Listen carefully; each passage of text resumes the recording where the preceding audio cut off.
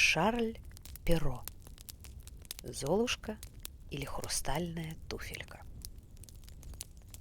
Жил-был один почтенный и знатный человек. Первая жена его умерла, и он женился во второй раз. Да на такой сварливой и высокомерной женщине, какой свет еще не видывал. У нее были две дочери, очень похожие на свою матушку и лицом, и умом, и характером. У мужа тоже была дочка, добрая, приветливая, милая, вся в покойную мать. А мать ее была женщина самая красивая и добрая. И вот новая хозяйка вошла в дом. Тут-то и показала она свой нрав. Все было ей не по вкусу, но больше всего не взлюбила она свою падчерицу. Девушка была так хороша, что мачехины дочки рядом с нею казались еще хуже. Бедную падчерицу заставляли делать всю самую грязную и тяжелую работу в доме. Она чистила котлы и кастрюли, мыла лестницы, убирала комнаты мачехи и обеих барышень, своих сестриц. Спала она на чердаке, под самой крышей, на колючей соломенной подстилке. А у обеих сестриц были комнаты с паркетными полами цветного дерева, с кроватями, разубранными по последней моде, и с большими зеркалами, в которых можно было увидеть себя с головы до ног. Бедная девушка молча сносила все обиды и не решалась пожаловаться даже отцу. Мачеха так прибрала его к рукам, что он теперь на все смотрел ее глазами и, наверное, только побранил бы дочку за неблагодарность и непослушание. Вечером, окончив работу, она забиралась в уголок возле камина и сидела там на ящике с золой. Поэтому сестры, а за ними и все в доме, прозвали ее Золушкой. А все-таки Золушка в своем стареньком платьице, перепачканном золою, была во 100 раз милее, чем ее сестрицы, разодетые в бархат и шелк. И вот как-то раз сын короля той страны устроил большой бал и созвал на него всех знатных людей с женами и дочерьми. Золушкины сестры тоже получили приглашение на бал. Они очень обрадовались и сейчас же принялись выбирать наряды и придумывать, как бы причесаться, чтобы удивить всех гостей и понравиться принцу. У бедной Золушки работы и заботы стало еще больше, чем всегда. Ей пришлось гладить сестрам платья, крахмалить их юбки, плоить воротники и оборки. В доме только и разговору было, что о нарядах.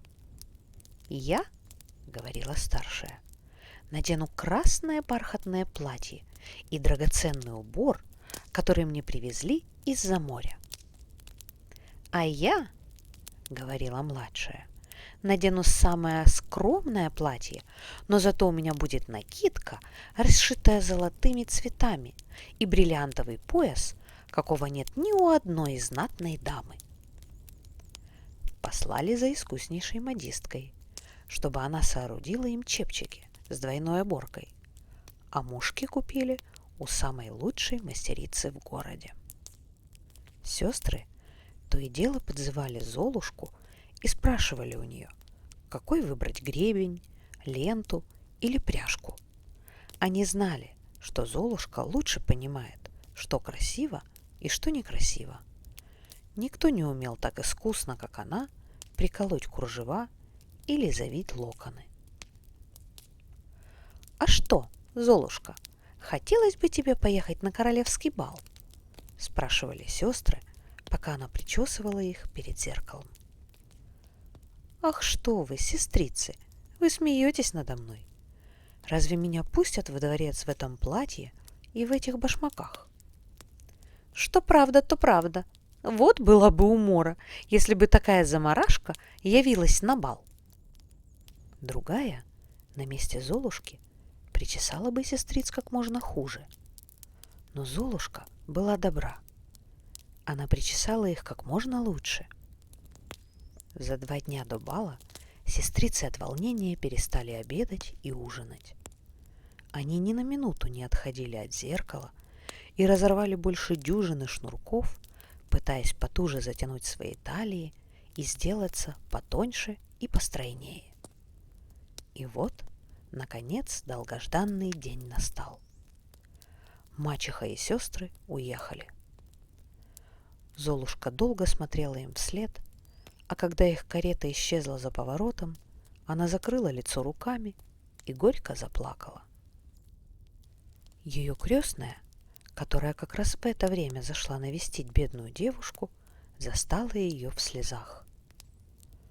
«Что с тобой, дитя мое?» — спросила она. Но Золушка так горько плакала, что даже не могла ответить. «Тебе хотелось бы поехать на бал, не правда ли?» — спросила крестная. Она была фея, волшебница, и слышала не только то, что говорят, но и то, что думают. «Правда», — сказала Золушка, всхлипывая. «Что ж, будь только умницей», — сказала фея. «А уж я позабочусь о том, чтобы ты могла побывать сегодня во дворце. Сбегай-ка на огород, да принеси мне оттуда большую тыкву». Золушка побежала на огород, выбрала самую большую тыкву и принесла крестной. Ей очень хотелось спросить, каким образом простая тыква поможет ей попасть на королевский бал, но она не решилась. А фея, не говоря ни слова, разрезала тыкву и вынула из нее всю мякоть. Потом она прикоснулась к ее желтой толстой корке своей волшебной палочкой, и пустая тыква сразу превратилась в прекрасную резную карету, позолоченную от крыши до колес. Затем фея послала Золушку в кладовую за мышеловкой. В мышеловке оказалось полдюжины живых мышей. Фея велела Золушке приоткрыть дверцу и выпустить на волю всех мышей по очереди, одну за другой. Едва только мышь выбегала из своей темницы, фея прикасалась к ней палочкой, и от этого прикосновения обыкновенная серая мышка сейчас же превращалась в серого мышастого коня. Не прошло и минуты, как перед Золушкой уже стояла великолепная упряжка из 6 статных коней в серебряной сбруе. Не хватало только кучера. Заметив, что фея призадумалась, Золушка робко спросила: «Что, если посмотреть, не попалась ли в крысоловку крыса? Может быть, она годится в кучера?» «Твоя правда», — сказала волшебница. «Поди, посмотри». Золушка принесла крысоловку, из которой выглядывали 3 большие крысы. Фея выбрала одну из них, самую крупную и усатую, дотронулась до нее своей палочкой, и крыса сейчас же превратилась в толстого кучера с пышными усами. Таким усам позавидовал бы даже главный королевский кучер. «А теперь, — сказала фея, — ступай в сад. Там за лейкой, на куче песка, ты найдешь 6 ящериц. Принеси-ка их сюда». Не успела Золушка вытряхнуть ящериц из фартука, как фея превратила их в выездных лакеев, одетых в зеленые ливреи, украшенные золотым галуном. Все 6 проворно вскочили на запятки кареты с таким важным видом, словно всю свою жизнь служили выездными лакеями и никогда не были ящерицами. «Ну вот», — сказала фея, — «теперь у тебя есть свой выезд, и ты можешь, не теряя времени, ехать во дворец. Что, довольна ты?» «Очень», — сказала Золушка. «Но разве можно ехать на королевский бал в этом старом, испачканном золой платье?» Фея ничего не ответила.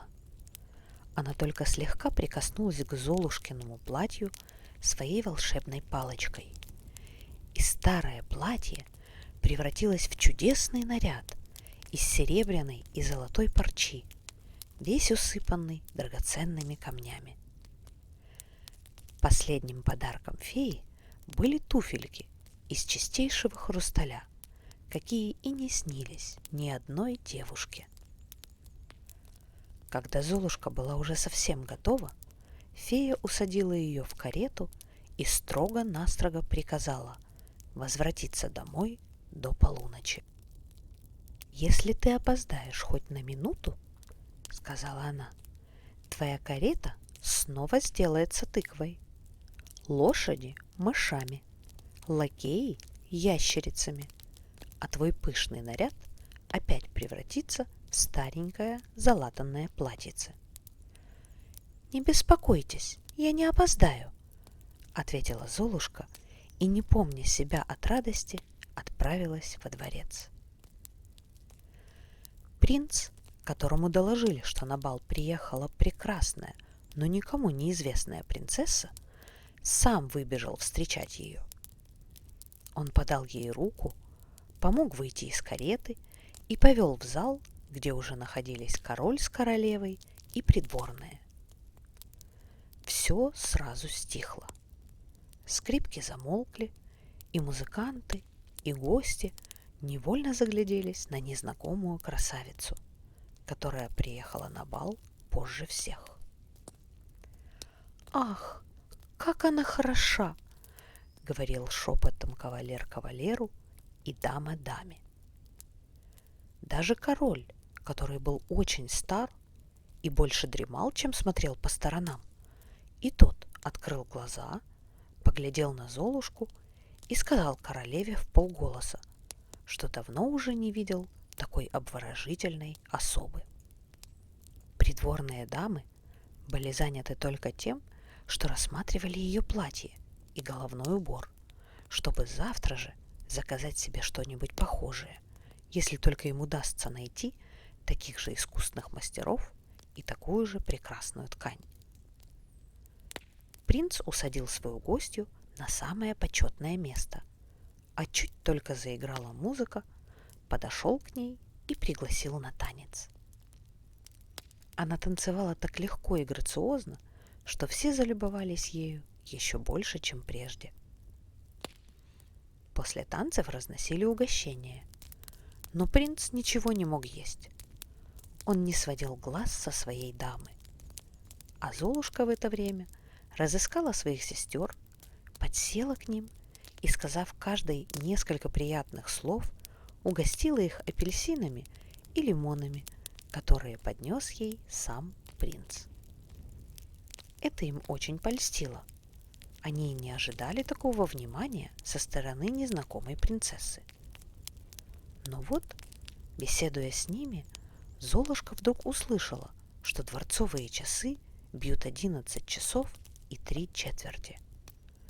Она встала, поклонилась всем и пошла к выходу так быстро, что никто не успел догнать ее.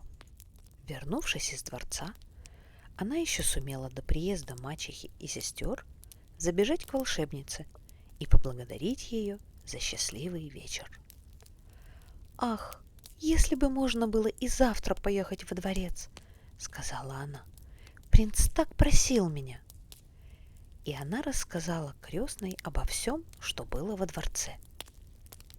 Едва только Золушка переступила порог и надела свой старый передник и деревянные башмаки, как в дверь постучали. Это вернулись с бала мачеха и сестры. «Долго же вы, сестрицы, гостили нынче во дворце?» — сказала Золушка, зевая и потягиваясь, словно только что проснулась. «Но если бы ты была с нами на балу, ты бы тоже не стала торопиться домой», — сказала одна из сестер. «Там была одна принцесса, такая красавица, что и во сне лучше не увидишь. Мы ей, должно быть, очень понравились. Она подсела к нам и даже угостила апельсинами и лимонами». А как ее зовут? Спросила Золушка. Ну, этого никто не знает, сказала старшая сестрица. А младшая прибавила. Принц, кажется, готов отдать полжизни, чтобы только узнать, кто она такая. Золушка улыбнулась. «Неужели эта принцесса и вправду так хороша?» – спросила она. «Какие вы счастливые! Нельзя ли и мне хоть одним глазком посмотреть на нее? Ах, сестрица Жавотта, дайте мне на один вечер ваше желтое платье, которое вы носите дома каждый день». «Этого только не хватало», – сказала Жавотта, пожимая плечами. «Дать свое платье такой заморашке, как ты? Кажется, я еще не сошла с ума». Золушка не ждала другого ответа и нисколько не огорчилась. В самом деле, что бы стала она делать, если бы Жавотта вдруг расщедрилась и вздумала одолжить ей свое платье? На другой вечер сестры опять отправились во дворец. И Золушка тоже. На этот раз она была еще прекраснее и наряднее, чем накануне. Принц не отходил от нее ни на минуту. Он был так приветлив, говорил такие приятные вещи, что Золушка забыла обо всем на свете, даже о том, что ей надо уехать вовремя, и спохватилась только тогда, когда часы стали бить полночь. Она поднялась с места и убежала быстрее Лани. Принц бросился за ней, но ее и след простыл. Только на ступеньке лестницы лежала маленькая хрустальная туфелька. Принц бережно поднял ее и приказал расспросить привратников, не видел ли кто-нибудь из них, куда уехала прекрасная принцесса. Но никто никакой принцессы не видал. Правда, привратники заметили, что мимо них пробежала какая-то бедно одетая девушка. Но она скорее была похожа на нищенку, чем на принцессу. Тем временем Золушка, задыхаясь от усталости, прибежала домой. У нее не было больше ни кареты, ни лакеев. Ее бальный наряд снова превратился в старенькое, поношенное платьице. И от всего ее великолепия только и осталось, что маленькая хрустальная туфелька, точно такая же, как та, которую она потеряла на дворцовой лестнице. Когда обе сестрицы вернулись домой, Золушка спросила у них, весело ли им было нынче на балу, и приезжала ли опять во дворец вчерашняя красавица. Сестры наперебой стали рассказывать, что принцесса и на этот раз была на балу, но убежала, чуть только часы начали бить 12. Она так торопилась, что даже потеряла свой хрустальный башмачок, сказала старшая сестрица. А принц поднял его и до конца бала не выпускал из рук, сказала младшая. Должно быть, он по уши влюблен в эту красавицу, которая теряет на балах башмаки, добавила мачеха. И это была правда. Через несколько дней принц приказал объявить во всеуслышание под звуки труб и фанфар, что девушка, которой придется впору хрустальная туфелька, станет его женой. Разумеется, сначала туфельку стали мерить принцессам, потом герцогиням, потом придворным дамам. Но все было напрасно. Она была тесна и герцогиням, и принцессам, и придворным дамам. Наконец, очередь дошла и до сестер Золушки. Ах, как старались обе сестрицы натянуть маленькую туфельку на свои большие ноги. Но она не лезла им даже на кончики пальцев. Золушка, которая с первого взгляда узнала свою туфельку, улыбаясь, смотрела на эти напрасные попытки. «А ведь она, кажется, будет впору мне», — сказала Золушка. Сестрицы так и залились злым смехом. Но придворный кавалер, который примерял туфельку, внимательно посмотрел на Золушку и, заметив, что она очень красива, сказал: «Я получил приказание от принца примерить туфельку всем девушкам в городе. Позвольте вашу ножку, сударыня». Он усадил Золушку в кресло и, надев хрустальную туфельку на ее маленькую ножку, сразу увидел, что больше примерять ему не придется. Башмачок был точь-в-точь по ножке, а ножка по башмачку. Сестры замерли от удивления, но еще больше удивились они, когда Золушка достала из кармана вторую хрустальную туфельку, совсем такую же, как первая, только на другую ногу, и надела, не говоря ни слова. В эту самую минуту дверь отворилась, и в комнату вошла фея, Золушкина крестная. Она дотронулась своей волшебной палочкой до бедного платья Золушки, и оно стало еще пышнее и красивее, чем было накануне на балу. Тут только обе сестрицы поняли, кто была та красавица, которую они видели во дворце. Они кинулись к ногам Золушки, чтобы вымолить себе прощение за все обиды, которые она вытерпела от них. Золушка простила сестер от всего сердца, ведь она была не только хороша собой, но и добра. Ее отвезли во дворец к молодому принцу, который нашел, что она стала еще прелестнее, чем была прежде, а через несколько дней сыграли веселую свадьбу.